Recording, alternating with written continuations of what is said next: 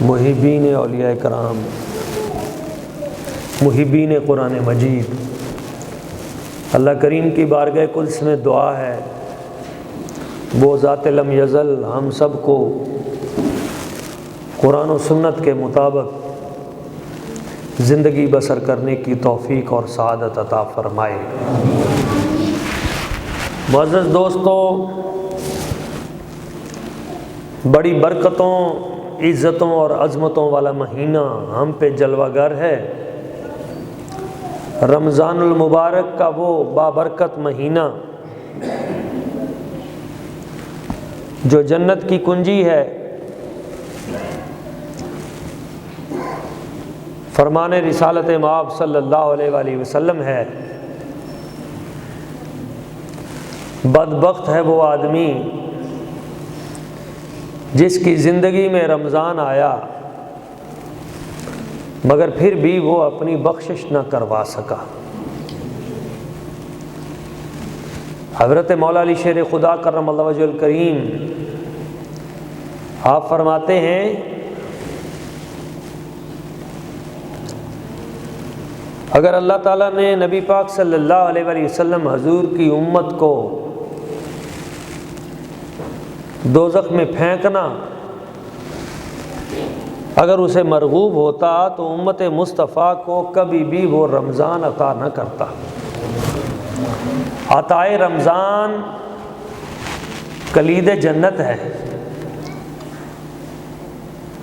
نبی اکرم صلی اللہ علیہ وآلہ وسلم حضور کے جہاں دیگر بہت سارے معمولات ہیں، ان معمولات میں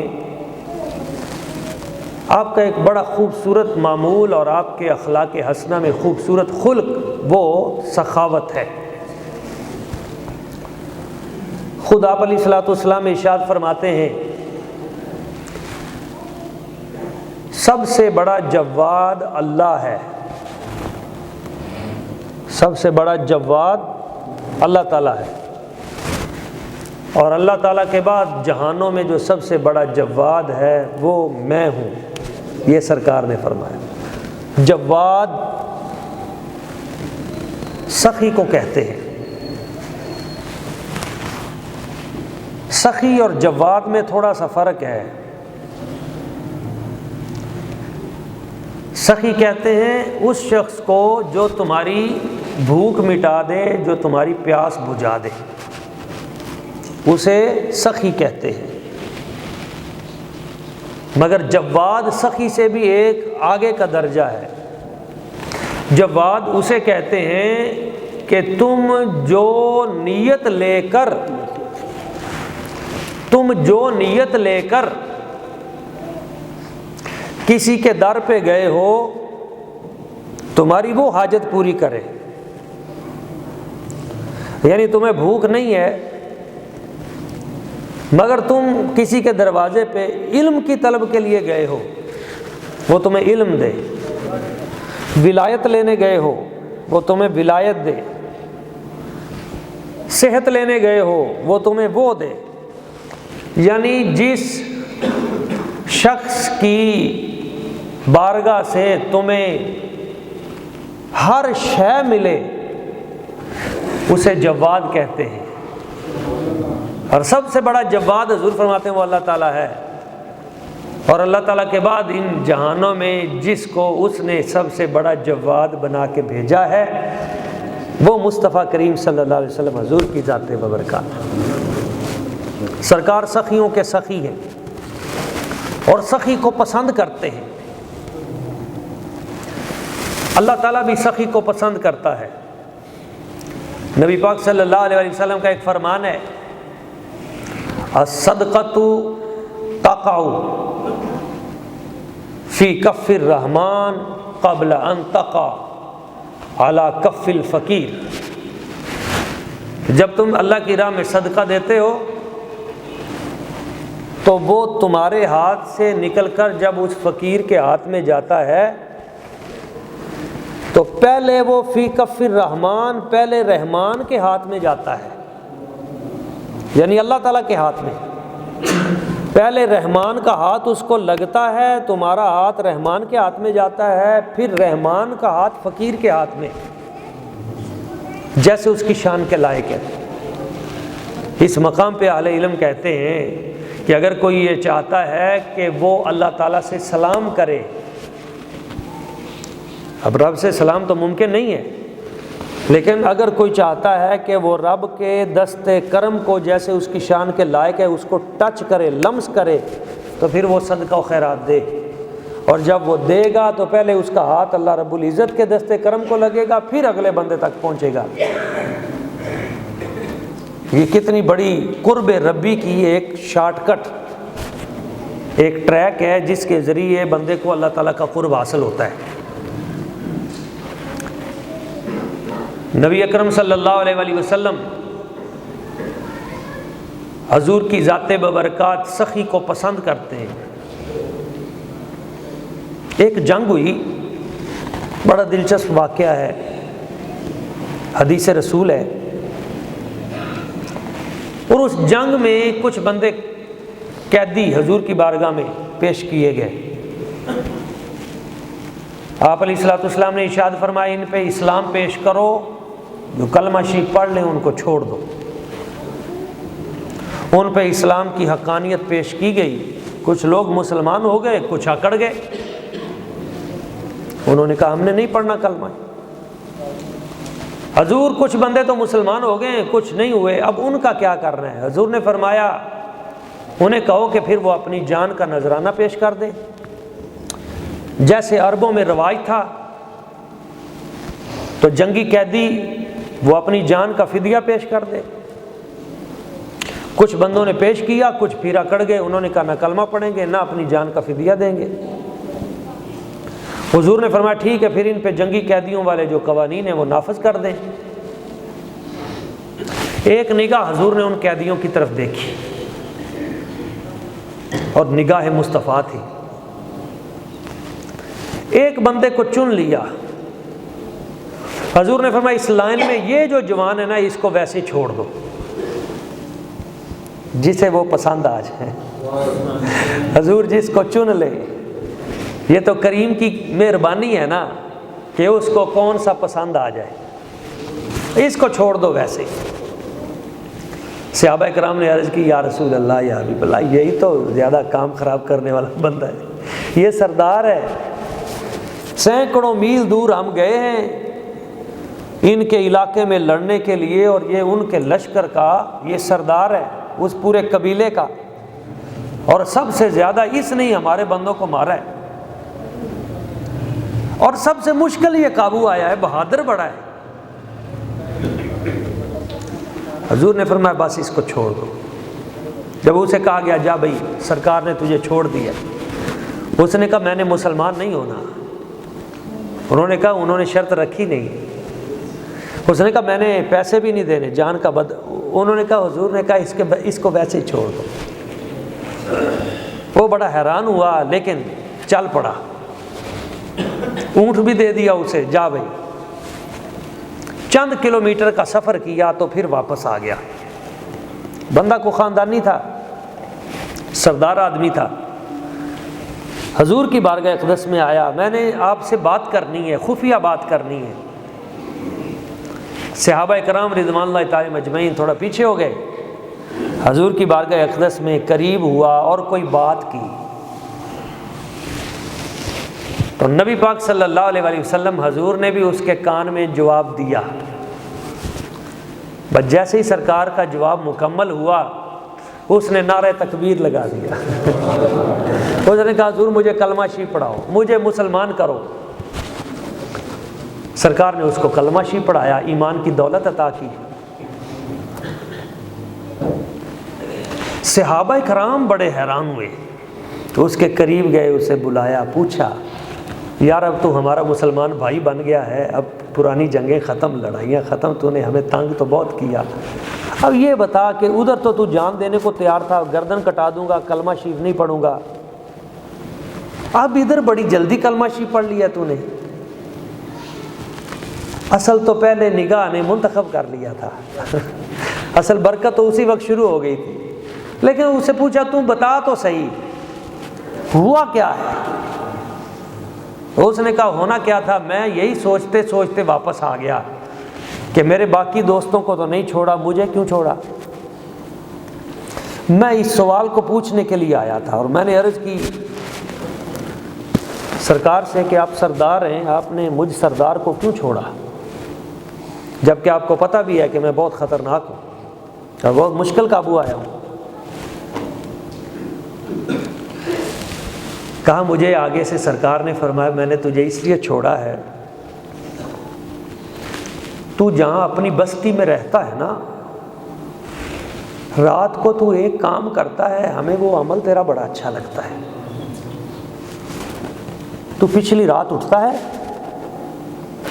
اپنے کندھے پہ تھیلا رکھتا ہے، اس میں درہم، دینار، پیسے، سکے، چاندی، اور پھر تجھے پتہ ہے تیرے محلے میں غریب کون ہے، مسکین کون ہے، یتیم کون ہے، سفید پوش کون ہے، بیچارہ جو کسی سے بھیک بھی نہیں مانگ سکتا، عزت دار ہے لیکن حالات اس کے خراب ہیں، تجھے پتہ ہوتا ہے، تو پچھلی رات کو اٹھتا ہے، خفیہ اس کے گھر میں پیسے پھینک دیتا ہے، ہمیں تیرا یہ عمل بڑا اچھا لگتا ہے۔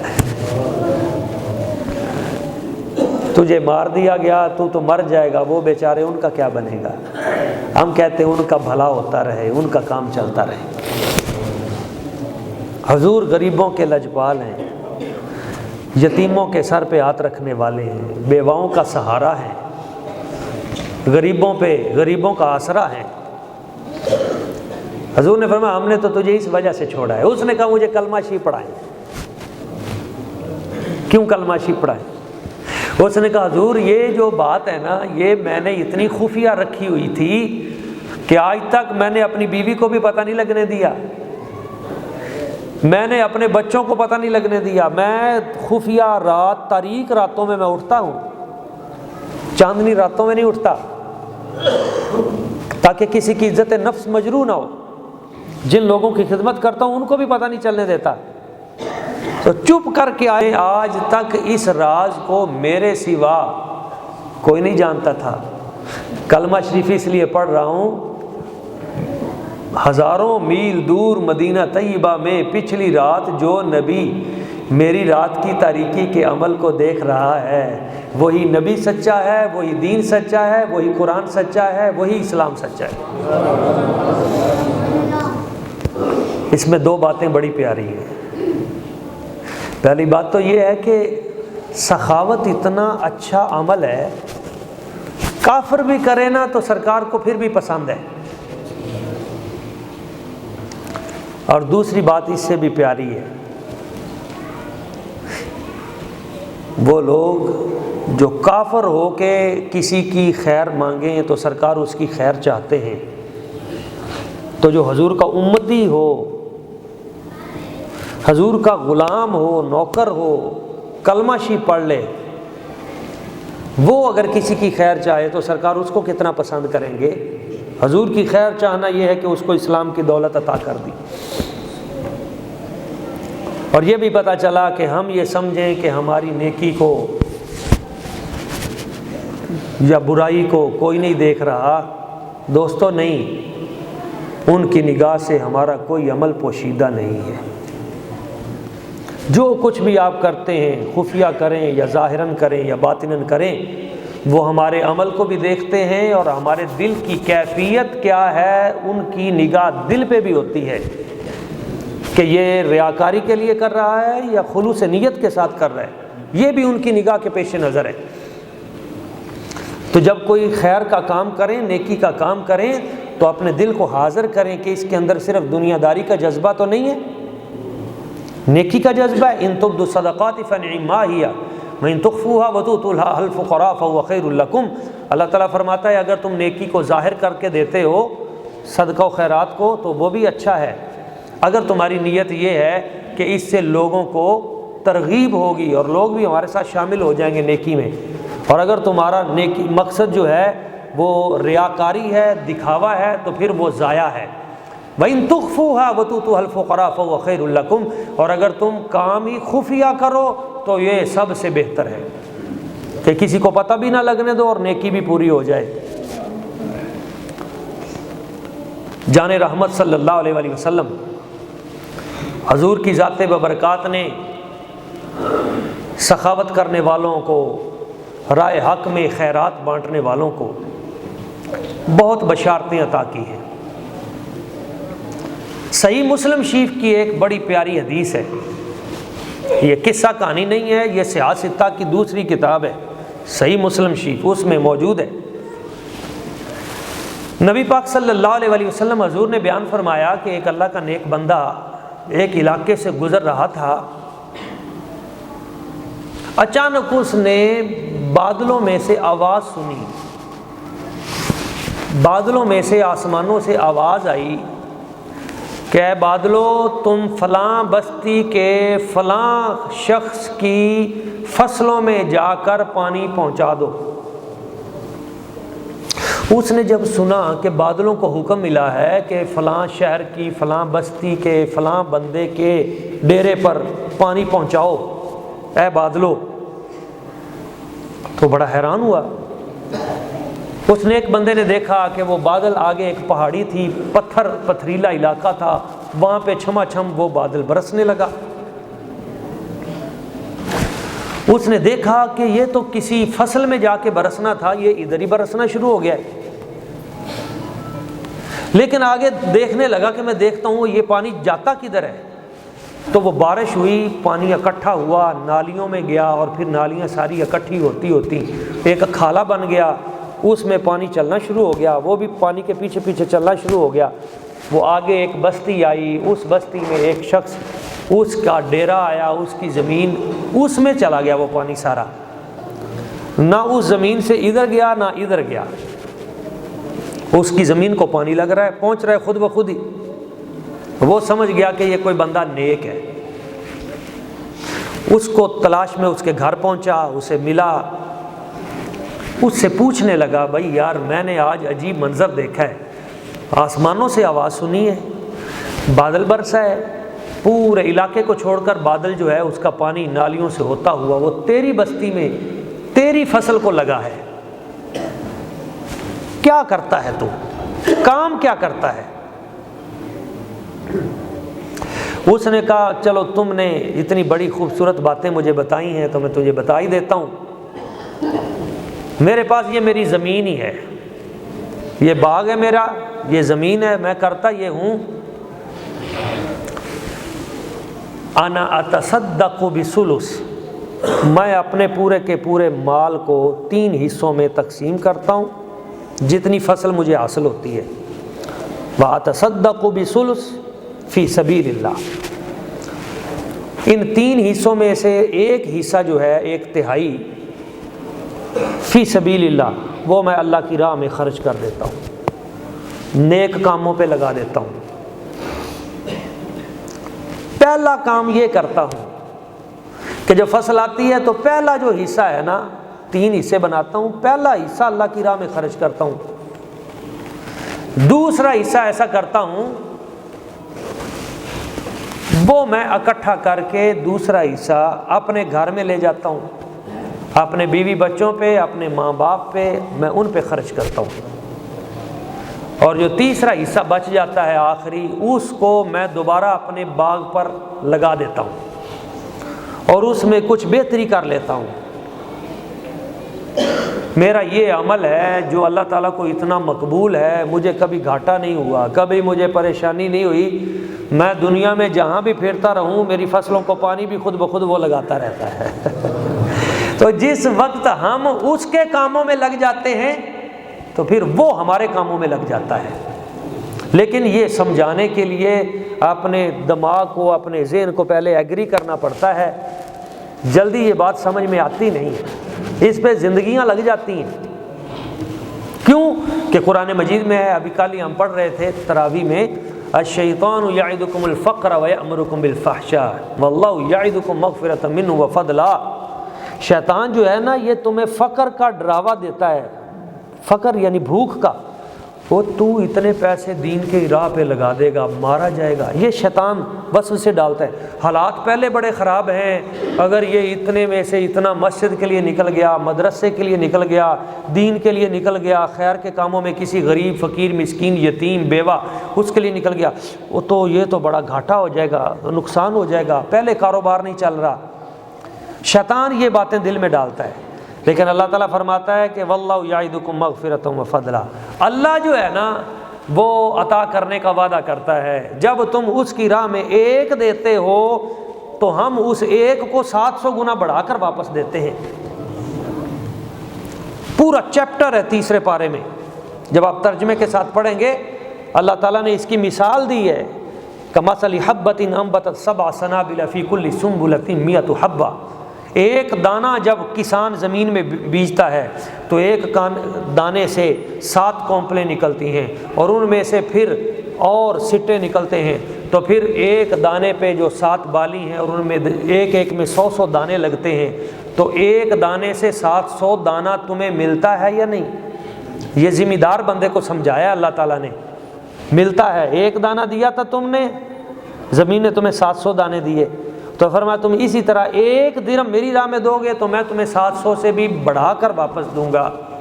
لیکن ہوتا کیا ہے کہ جس قدر یقین کے ساتھ ہم وہ کام کرتے ہیں اسی طرح کی برکت ہم کو پھر واپس بھی اللہ تعالیٰ عطا فرماتا ہے۔ اب چونکہ رمضان المبارک کے بابرکت ساعات ہیں، حضرت بی بی پاک فاطمہ الزہرا سلام اللہ علیہا، آپ کا ذکر خیر بھی ہم نے 3 رمضان المبارک کو کرنے کی سعادت حاصل ہوئی ہے۔ نبی پاک صلی اللہ علیہ وسلم ایک دن تشریف لائے، حضرت بی بی پاک فاطمہ الزہرا سلام اللہ علیہا آپ کے گھر میں، دیکھا تو آپ نے سونا پہنا ہوا تھا اور کچھ کپڑے جو تھے وہ لگائے ہوئے تھے در و دیوار پر۔ تو آپ علیہ الصلوۃ والسلام نے یہ منظر دیکھا تو حضور واپس تشریف لے گئے، گھر میں نہ بیٹھے۔ عورت کے لیے سونا پہننا جائز ہے، مرد کے لیے سونا پہننا حرام ہے۔ عورت کے لیے جائز ہے، ان کے لیے جائز تھا، لیکن وہ بڑے لوگ تھے، سرکار نے پھر بھی جائز اپنے گھر کے لیے اس کو نہ روا کیا، واپس چلے آئے۔ اور بیٹی بھی وہ سیدہ کونین تھی، مخدومہ کائنات تھی، آپ اسی لمحے سمجھ گئی کہ سرکار کو یہ چیزیں پسند نہیں آئیں، حالانکہ سرکار نے زبان سے اظہار نہیں کیا تھا۔ اتنی تابعدار فرما بردار صاحبزادی سمجھ گئی، اسی وقت وہ کپڑے اتارے، اسی وقت وہ سونا اتارا۔ اور نبی پاک صلی اللہ علیہ وآلہ وسلم حضور کے مدرسے میں جو بچے پڑھتے تھے، 83 بچے پڑھتے تھے اس وقت، اصحاب صفہ پہ، صفہ کا ایک چبوترا ہے، اللہ تعالیٰ ہم سب کو مدینہ شریف لے جائے تو روضہ انور کے ساتھ ایک چبوترا ہے، وہاں پہ طالب علم پڑھا کرتے تھے، دین کے طالب علم، حضور ان کو قرآن مجید پڑھایا کرتے تھے۔ تو 83 طلباء وہاں پہ رہتے تھے، جن کا کھانا پینا کپڑا یہ بھی سارا حضور اٹھاتے تھے بوجھ۔ تو حضرت بی بی پاک فاطمہ الزہرا سلام اللہ علیہا نے وہ سونے کا ہار اور وہ کپڑے وہ سارے ان کو بیچ کر ان کے جتنے پیسے تھے وہ سارے کے سارے ان کو دے دیے کہ تم کھانا پینا اپنا اچھا کر کے کھاؤ اور دین پڑھو اور آگے پڑھاؤ۔ نبی پاک صلی اللہ علیہ وآلہ وسلم کو جب معلوم ہوا کہ میری بیٹی نے یہ عمل کیا ہے تو سرکار بڑے خوش ہوئے، فرمایا بیٹی یہ جائز تو تھا، لیکن میں یہ چاہتا ہوں کہ تو میری بیٹی ہے، تو فقر پہ رہے، تو زہد پہ رہے، تو اگر یہ دنیا داری کی چیزیں اپنے ساتھ تم لگاؤ گی تو کائنات کی باقی عورتیں جو ہیں ان کے لیے مثال بن جائے گی۔ تو ہم اہل بیت اطہار ہیں، ہم نے فقر کو اپنانا ہے۔ لیکن انہوں نے کیا کیا؟ انہوں نے دین کو ترجیح دی اور دین کے لیے سب کچھ کیا۔ تو اب ہمارے لیے بھی یہ حکم ہے کہ ہم اللہ تعالیٰ کی ذات برکت ہم میں سے جس کو جتنی بھی برکت عطا کرے تو اپنی برکت میں سے وہ سب سے پہلے، جس طرح صحیح مسلم شریف کی حدیث بیان کی گئی ہے، وہ اپنی دولت کو، اپنے پیسے کو 3 حصوں میں، 4 میں، 5 میں، اس طرح جتنا اس کا ہو سکے وہ کرے، زیادہ نہیں تو کچھ نہ کچھ وہ پیسے اپنی انکم میں سے، ماہانہ میں سے، یا اپنے مال میں سے، یا اپنی جائیداد میں سے وہ دین متین کے لیے وقف کر دے۔ نیکی کے کام کے لیے خرچ کر دے۔ کسی ایک دین کے طالب علم پوچھ لے کہ اس کو اس وقت وہ کون سی دین کی کتاب پڑھ رہا ہے، اس کے اخراجات اٹھا لے۔ کسی ایک استاد جو استاد دین کا کام کر رہا ہے، پڑھا رہا ہے، اس ایک استاد سے پوچھ لے کہ اس کی تنخواہ کیا ہے، اس میں سے جتنا ہو سکے ہر ماہ وہ ادائیگی شروع کر دے۔ یہ وہ کام ہے جو سب سے خیر والا ہے۔ ویسے تو ہم خیر کے کام کرتے ہی ہیں، مثلا کوئی غریب ہے، فقیر ہے، مسکین ہے، یتیم ہے، ہم اس کا خیال رکھتے ہیں، لیکن ان سب طبقوں میں سے سب سے بڑھ کر جو صدقے کی فضیلت اور برکت ہے وہ ان مستحقین طلباء کے لیے ہے جو دین پڑھ رہے ہیں۔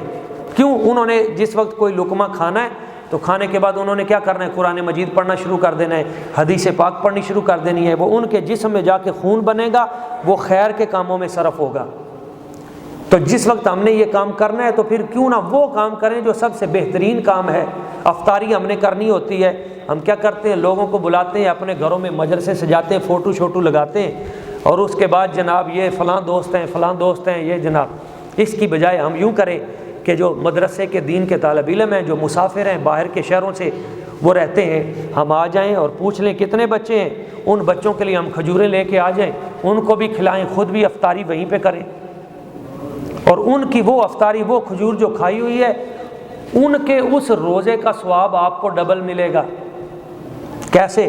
گھر میں اگر کسی کو ادھر ادھر ہے اس کا بھی اجر تو ملے گا، لیکن اس نے کاروبار پہ جانا ہے، اس نے اور کام کرنے ہیں، اس نے کیا کرنا ہے؟ افطاری کرنی ہے، اور اس بعد میں مصلی پہ کھڑے ہو جانا ہے، پھر قرآن شریف پڑھنا شروع کر دینا ہے، پھر تراویحوں میں پھر اس نے تہجد پڑھنی شروع کر دینی ہے، پھر سارا دن اس نے خیر کے کاموں میں قرآن مجید کی تلاوت پہ لگے رہنا ہے۔ تو آپ کا وہ کھایا ہوا وہ دین کے لیے، اس کے لیے طاقت بن جائے گا، اس کا خون بنے گا، اس کا فائدہ آپ کو ہوگا۔ تو یہ چند امور تھے جو میں آپ احباب کے سامنے اس لیے بھی پیش خدمت کر رہا ہوں کہ اس وقت مدارس دینیہ جو ہیں، پہلے ایسا ہوتا تھا، حضرت عمر بن عبدالعزیز جیسی ہستی آپ 500 دینار ہر طالب علم کو دیتے تھے، جو دین کا طالب علم ہوتا تھا اس کو 500 دینار دیتے تھے کہ تو دین پڑھ۔ اب ہم میں سے کوئی ایسا تو ہو جو یہ سوچے کہ جو دین کے طالب علم ہیں، جن میں بہت سے یتیم بچے ہوتے ہیں، مسافر بچے ہوتے ہیں، بھائی جب آپ سوٹ لینا ہے تو ان میں سے کسی ایک بچے کا ناپ لے کے اس کو سوٹ سلوا دو۔ سرکار فرماتے ہیں جب تک وہ اس نے پہنا ہوگا اس وقت تک اللہ تعالیٰ اس کو وہ برکت عطا کرتا رہے گا۔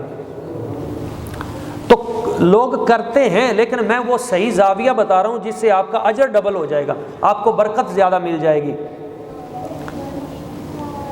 تو یہ چند باتیں میں نے آپ کے گوش گزار اس لیے کی کہ پہلے دور میں ہمارے جو اسلاف تھے، حکومتیں خود یہ کام کیا کرتی تھی۔ جیسے حضرت عمر بن عبدالعزیز ایک طالب علم پہ، ہارون الرشید وقت کا بادشاہ تھا، اس نے ایک صاحب علم کو بلایا، عالم دین کو، افطاری پہ۔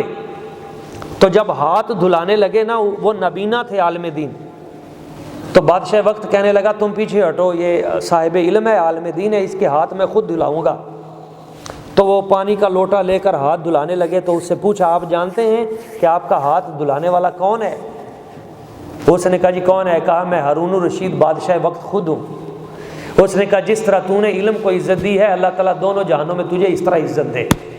اس نے کہا جی میں نے یہی دعا آپ سے لینے کے لیے ہاتھ دھلائے ہیں آپ کے، تاکہ آپ مجھے یہ دعا دے دیں۔ تو نیک لوگوں کے ساتھ، متقین کے ساتھ، صالحین کے ساتھ اور دین کے طالب علم کے ساتھ محبت کرنا، یہ مہمانان رسول ہوتے ہیں، یہ سرکار کے مہمان ہیں۔ جو دین پڑھنے کے لیے آتا ہے نا بچہ، میں اس لیے اپنے بچوں سے روزانہ پوچھتا ہوں بھئی آج آپ کیا کھانا چاہتے ہیں؟ یہ بچے ان کو پتہ ہے کہ بھئی آج آپ افطاری میں کیا، جو آپ کی ڈیمانڈ ہوگی ہم کوشش کریں گے اس سے بہتر آپ کے لیے کوئی نہ کوئی چیز لے کے آئیں۔ کیوں؟ یہ مہمان رسول ہیں، یہ ہمارے مہمان نہیں ہیں، یہ نبی پاک کے مہمان ہیں، اور نبی پاک صلی اللہ علیہ وسلم کے مہمان کا جب کوئی خیال کرتا ہے تو سرکار صلی اللہ علیہ وسلم کی توجہ خود بخود اس بندے کی طرف ہو جاتی ہے۔ اللہ کریم کی بارگاہ قدس میں دعا ہے جو چند باتیں میں نے عرض کی ہیں ہمیں سمجھنے کی، ان باتوں پہ عمل کرنے کی، آگے پہنچانے کی توفیق اور سعادت عطا فرمائے، آمین۔ وما علینا الا البلاغ المبین۔